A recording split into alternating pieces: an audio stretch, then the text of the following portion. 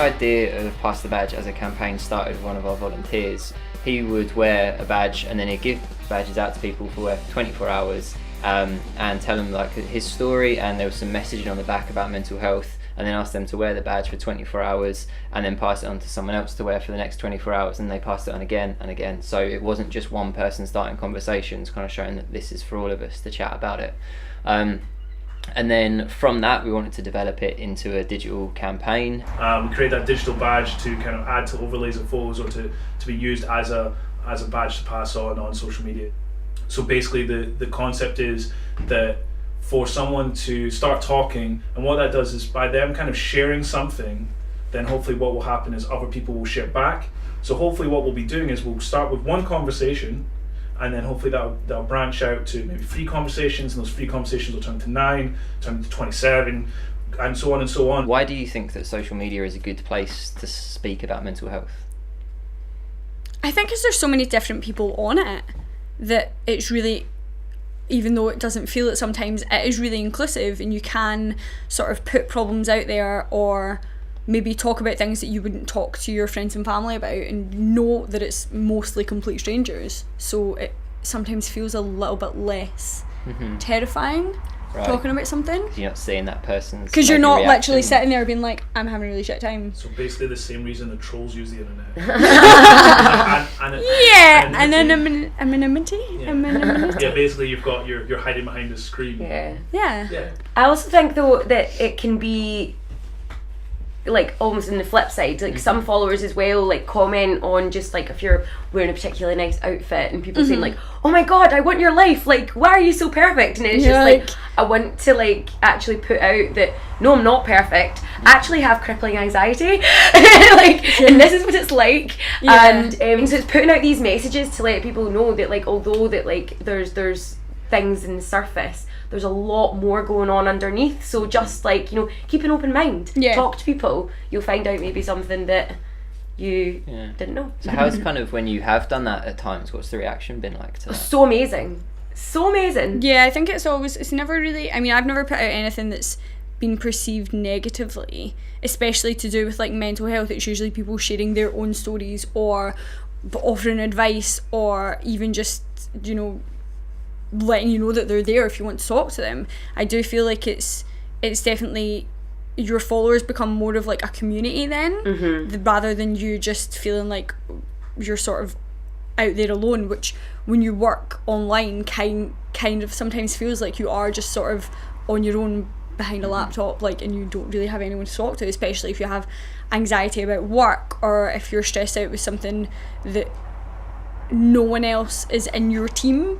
So you can talk to, sort of put it out there and talk to people about stuff you're feeling anxious about, or feeling stressed about, or feeling depressed about, and then you have someone to have a back and forth with. But I guess what I kind of came across from what all you were saying there was that when you do put something out, there's a lot of people that come back and say, oh no, I've had something similar, I've had that experience as well. And it allows you to relate to so many different people, like and see that anybody could be affected by this. It impacts on everybody, and you kind of see that when you put something out. It makes you feel less alone. Definitely, and you've actually made friends with these people as well. Like, you know, some people will comment, leave their story there, and then you start a dialogue, and then you go into their feed, and you might end up following them, and then you chat quite a lot. Like, I've got a couple of followers who like I've got like a big stream DM conversation, and we talk quite regularly, like about whether it's like one of my stories have came on, and they just like write a wee message, and I'm like, oh, how's that going, by the way, how's the kid, and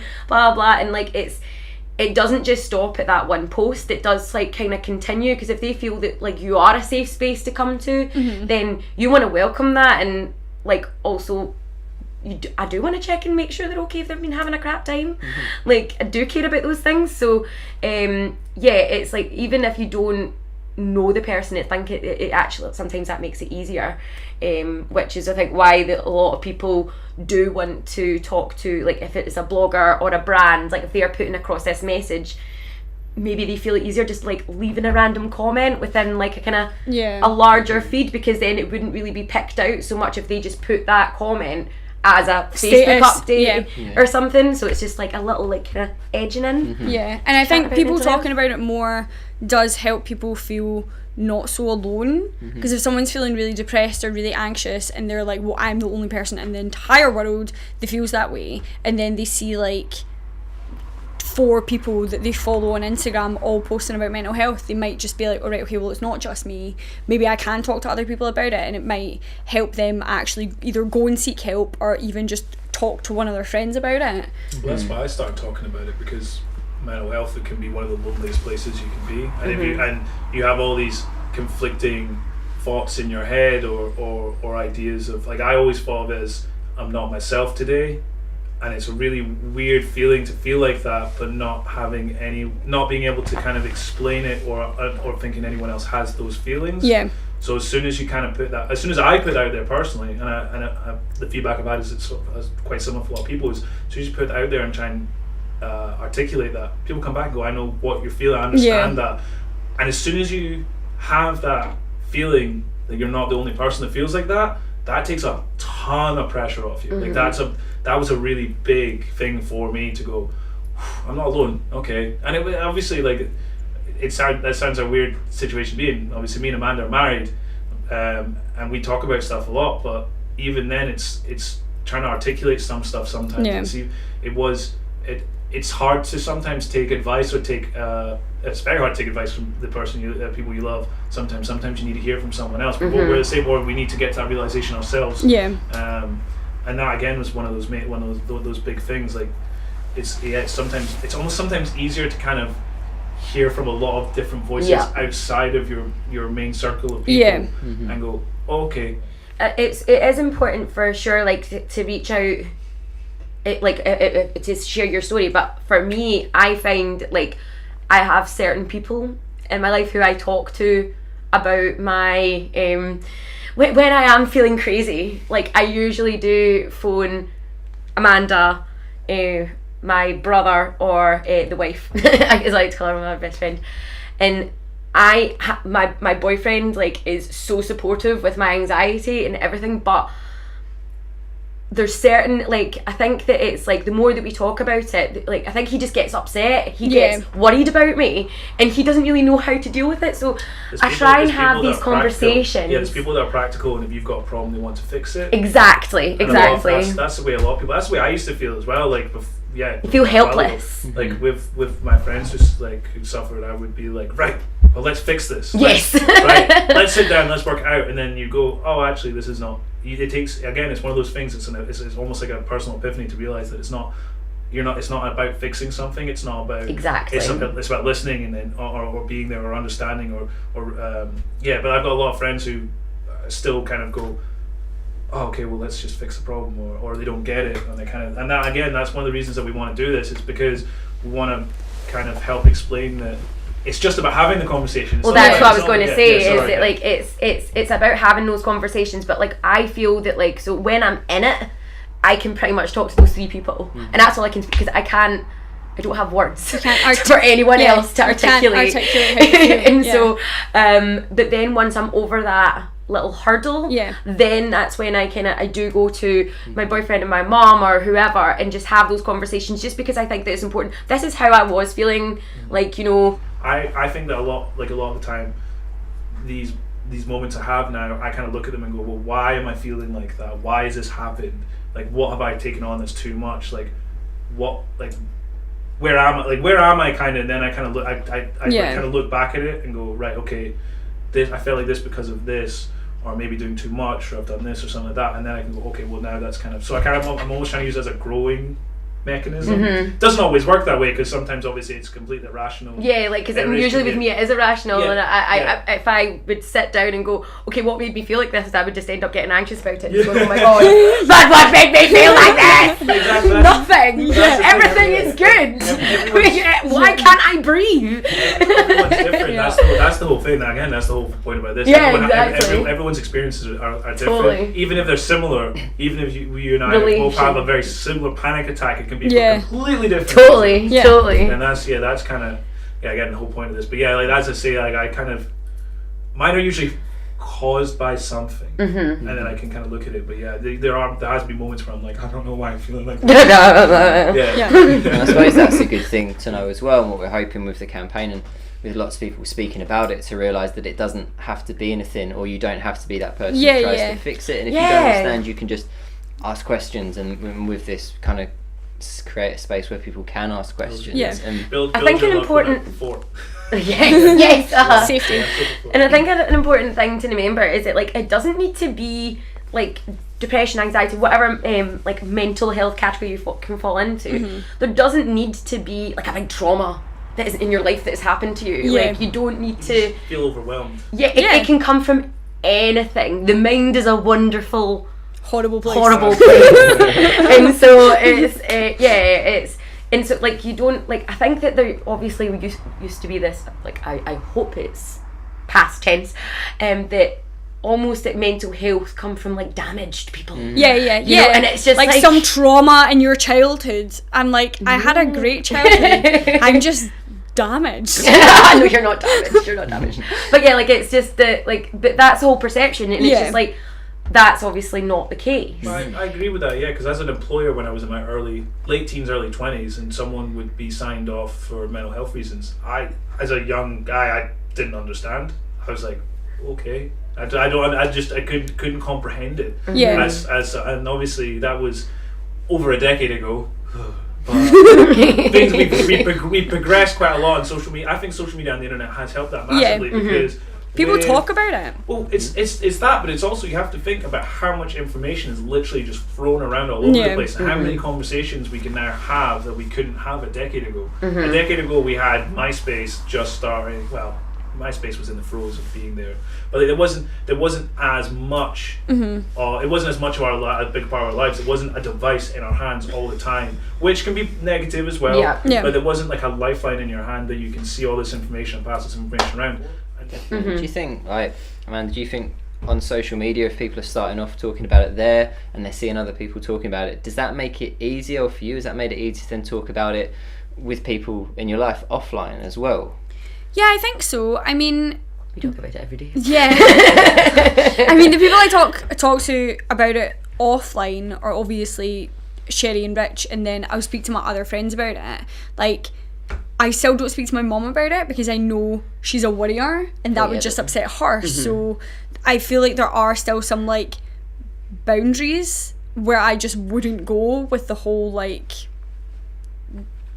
mental health issues, but I do feel like talking about it online does make me feel like, oh, I'm telling people this, oh, maybe I should like phone Sherry or tell Rich, or like actually talk to someone who I'm like sitting in the same room with, instead of just been like having a big like rant or vent online. Definitely. And then if you see other people talking online, does that kind of help as well if you're in like a not great place where you're talking about earlier? I do definitely think, like, you know, when you're on social media and you get like life jealousy because you think someone's like just amazing and you don't understand like anything. Why can't I be in a beach in Bali? And like that happened to you yesterday though. Laurie, who works in the tattoo shop, was like, oh, Amanda's so glamorous, she's always dressed up, she always looks so, she's a fashion model. I'm like, she wears her pajamas like 5 days every day. Like, I will literally FaceTime her now and she's in her pajamas 100%. But yeah, totally. And if you see that person who you think has this amazing life and is always like so put together and never has like a care in the world, or you perceive them to never have a care in the world, and then they're like, I'm feeling really anxious or I'm really down or something, you're like, oh my god, it's literally everyone. And it does make you feel a little bit better that you're not so like alone in the world. I suppose from that kind of feeling of not being alone is really important for anyone in their recovery, and part of the thing, the stigma around mental health is that people feel like kind of they're not justified. I suppose it's coming to what you were saying about, oh, that person looks like they have an amazing life but my life's alright, so maybe I shouldn't feel the way I do. But then actually hearing that someone who has this perceived amazing life also feels like that as well can kind of show that actually no, maybe it's okay that I feel like this, maybe it's not a bad thing. The terrible concepts of man up and everyone's got problems so you don't need to listen to mine type thing. The whole that's a like an ingrained stigma that's been going on for decades, and it's something that it's not ideal, and it's so counterproductive. It is, exactly, because yeah, exactly. It's not. There's obviously a fine balance with expressing yourself, expressing your feelings and your issues with someone else, and understanding that there's a balance between you not just ranting your problems at someone and not reciprocating. Like it has to work that way. But definitely, like it's definitely important to get out of that negative mindset about thinking that your feelings are stupid or less than someone else's. That's been a big thing for us as well. We did the I Am Not My Anxiety the design, and that came from last year on World Mental Health Day. I saw a lot of people posting on social media about it. Not this year, sorry, 2016. A lot of people posting about it, and they're all very apologetic and very British office. No, but it was like it was a very sort of apologetic, like, oh, I'm sorry, like this is how I feel, or thank you for understanding. And it was all this, and I'm like, no, like, don't let this take control of you, and don't let your anxiety be the sum total of what you are, or your condition be the sum total of what you are. You're so much more. You can be a fashion blogger, you own a company, you can be a barber, a tattoo artist. Like there's more elements to it. Like that's just obviously job roles, but there's more jobs. There's more jobs. I mean, but you are your job. A kind, passionate person who loves walking, loves animals. You can be all this stuff. You're not someone with depression, and that's it. You can have it, and you can live with it, and you can try and manage it. But don't let other people just pigeonhole into that, and don't you know what? More importantly, don't pigeonhole yourself into that. Yeah. Because that's what a lot of people do. Definitely. Just contain themselves in a feeling of that, and again, it's about that loneliness. You get lonely and you feel like, I can't talk about this, or this is all I am, and it is just about breaking out of that and realizing that you can talk about it to other people, and other people want to talk to you about it, and they want to tell you their stories and listen to the stories and kind of get it all out there. Like that's such a big part of it. Yeah, and I think it's important as well when people talk about it and sort of like mention, because there's this whole stigma around like actually going and like talking to a doctor and getting medication. Like, I mean, my anxiety medication gives me anxiety, which is hilarious and so dumb. But we just talked about that. I know, but like that's the whole so like actually someone being like, oh well, you know, took my meds today, now I feel better. Like putting that out there and telling people that it's not like, you're not giving in by going to actually talk to someone and get help and get. Well, you're not the only person that feels anxious about taking anxiety medication, because I know so many people have that anxiety because they're just worried about taking it. I've talked on my stories quite a lot about #boring self-care, and it's like things like, you know, like remembering to take your medication, or like, you know, like because I do work from home, I can get really bad, the same as Amanda, like she's commented, she's like, oh, you're wearing the same outfit as what you're wearing 4 days ago. And I was just like, and go and have a shower and change your clothes. I'm like, #boring self-care. But like it's things that, like when you are in that midst, it's like you do let everything slip, and I feel that like you know, because of just again the stigma, people just think like, oh yeah, like, oh, that's pure grotty 4 days, but that's the reality. Like you know, if you're in a pure shit situation, you don't want to get up and have a shower and everything. Like I'll literally sit on my laptop in my bed, do my work, have all of my social media posts like going up, which are pictures taken months ago. Like, you know, and then it's just like people are like, oh my god, your life's amazing, and I'm sitting there like in this grotty like sweatsuit, just like not real life. Like, so like and definitely, I mean, that shows how mental health is different for everyone, but the important thing that everybody has mental health. It's not like you either have a mental health problem or you don't. It's like it's on a spectrum. Everyone's got mental health. Definitely. Anyone can go through a really bad time and that, and sort of how generally has mental health or kind of struggling with your mental health through periods, how has that impacted on you guys or affected you in your lives? It's quite a big question. I'm like quite heavily. Like I've had mental health pretty much surround my entire life. Like it's been in my family. Like depression has been in my family.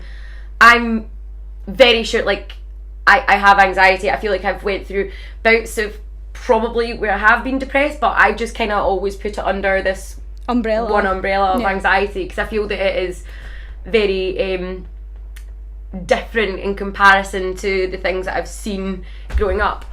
This is another thing. When I remember telling someone one day when I was just like, do you get like voices, like not voices but voices, and they were like, okay, so bitch, you crazy? And I'm like, okay. And I didn't speak to anyone about my anxiety for like years after that. And I went and said to Amanda, I was like, you know that? And she's like, yeah. I get voices. It's funny you say that, because I always described it as my irrational and rational mind fighting. Yeah. That's how I always imagine because I'm quite a rational person. I fix things. Like that's I used to be a person that wanted to fix things. Yeah. So when I started to really, it was really bad for me. I always describe it as my irrational fighting my rational. Yeah. Because I understood all these feelings and thoughts were irrational, but my rational brain couldn't deal with them. Yeah. No, like I kind of felt like almost it's like the inner monologue of anxiety telling me all these things I can't do, but I'm extremely competitive by nature, and when someone tells me I can't do something, it really enrages me, and I will just do it just to prove them wrong. So it's like proving yourself wrong. Yeah, so it's just a constant like battle with my own self. Which you then don't need the battle from other people when they give you comments like you mentioned there about the bitchy crazy voice, whatever it was you said there. Like that really shows again the impact that someone else. Well, yeah, I didn't talk to anyone about it for years, and like I remember trying to explain it to like, I don't know whether it was my mum or not, but like it was just like, so you hear voices, and I'm like, no, but it's like, I do. I don't know how else to articulate it. Yeah, I don't know how else to explain it. But I do think like even just like talking to people and having them understand what it is, because obviously like everyone talks about mental health, whether it's like depression, anxiety, or like bipolar disorder, or like schizophrenia, like people are actually like talking about it. And I mean, when I started taking panic attacks in high school, and I was diagnosed with asthma because the only way I could describe it to my doctor was that I couldn't breathe. So they were like, that's incredible. It shows how much things have changed. Well, I mean, that was. This was in the 70s. So. Feels like it too. I mean, obviously that was a very long time ago, but like for me, that would be insane for someone to go to the doctor and be like, I can't breathe. Not all of the time, a lot of the time in high school, to be fair, a lot of panic attacks, but even I didn't know what they were. I didn't know that I was having panic attacks, so I got an inhaler, and that did not make things better. And I suppose that shows again how important it is that everyone is talking about it and how it can impact anybody at any point, and that it's not something that you don't have to worry about, or that it isn't anybody's business. It's everybody's business to talk about it, and how social media can kind of help that and can bring people together. And even people, like, I think it's so important as well, like having people who have a close one, loved one who's suffering with mental health issues. I think that it's so important for them to, talk to people and make sure that they're engaged, like, chatting to someone who they feel safe and comfortable with, or even like chat to their doctor as well, like, how can I help and also keep my own mental health on track, because it can be so easy when you're in company of people who have got a mental health illness, and it just and you can't help but kind of be like sucked into it yourself. And this is not just about us kind of reaching out to people who understand what we're talking about. This is reaching out to people who don't, or maybe listening to this and go, I didn't know any of this was a thing. This is eye-opening, and it's because then this is the whole point, so we can talk about it, so you understand even like maybe just a little keyhole-sized view into someone else's experience, and then you and then it starts to grow from there. And for me, I guess, from my mental health, from going through all what I've gone through in the last couple of years, I actually think there's been a positive overall, because before all of it, I didn't really understand a lot of this. Like, I'm still fairly new to sort of appreciating these things. Like when me and Amanda first got together, like I didn't understand it fully. Like I was very much a fixer, trying to help when there wasn't help to be given, or it wasn't the right thing to sort of be doing. It's a weird position to be in, to have someone you care about so much and you love them to want to help them because you can see they're struggling. Yeah. But then actually trying to help sometimes isn't helpful or Yeah, could exactly. make it worse. Oh, But yeah. it's so hard to Puts understand pressure on that 'Cause, person. yeah. because Yeah. You're like, well, I'm trying, and you're giving them options. Like, no, I don't want options. I just want to hide. Yeah. And it, Because I think the automatic reaction is to like hug someone as well, and Yeah. I don't know about you, but whenever I'm like in a big, you know this, big moment of anxiety, like I can't have anyone touch me. Like my skin is sore, like, and so like I'm literally like cowing away, like, don't touch me, like, and obviously it's really hard for my boyfriend as well because he's just like, come to me, like, I'll make you feel better, and I'm like, don't, and so it's like, like, I don't even know, like, I couldn't even give you like a step by step, this is what you do, because even I don't even know. Like, it's understanding that there's no like one fix. No. It's not like There's a no- yeah, there's no plaster right you way, can there's like no- put on one Yeah. person. It's gonna fix like I- everyone's anxiety. Exactly. I always think of it as like you can only have empathy so far because you're Yeah. not inside that person's head. Yeah. anyone Yeah. can just chat about this, and that's okay. Yeah. And it's okay to ask questions. And what you were saying earlier, Sherry, about like not even knowing sometimes what will help. But even if someone, rather than presuming or trying, just Yeah, asking, exactly. how can I help, can make such a huge difference. It makes such a huge difference, and even just saying that they're there, Yeah. like, I think that just like, okay, if you need to be left alone, I'm here. If you need me, give me a shout, and that's it. Like, I think that a lot of pressure as well is on the fixing, and that whole, like, I don't think that I will ever really come off of my medication. I don't really see it as being something that really is necessary. Yeah. And so it's all about that kind of wanting and needing to be off the medication, when if it helps you live a better life, then what is the problem? Like, I've went down on dosage and then I had to go back up because I was like, no. And so like I think there's such a big stigma as well about people needing to be on medication or whatever. There's nothing wrong in needing to be on Or people medication if it even makes you feel better. Yeah. Or even people being like, right, okay, well I have to be okay. Well, you don't have to be okay. You can be depressed, or you can be sad. You can like, still have emotions. Like you don't have to like. There's no like golden like land where you're gonna suddenly get to, and then you're gonna be like, I'm fixed. That causes like, a lot of that even that idea causes so much pain for a lot of people, just thinking that they have to be okay. Like, you don't have to be okay. I woke you can up today be and was like, I feel great.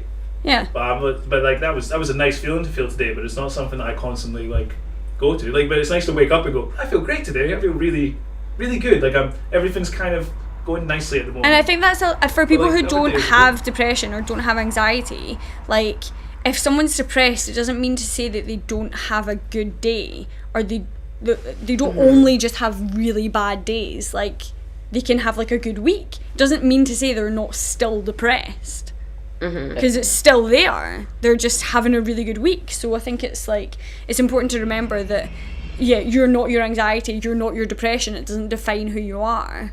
It's not who you are as a whole. You can have like good days or bad days or in between days or all right days or.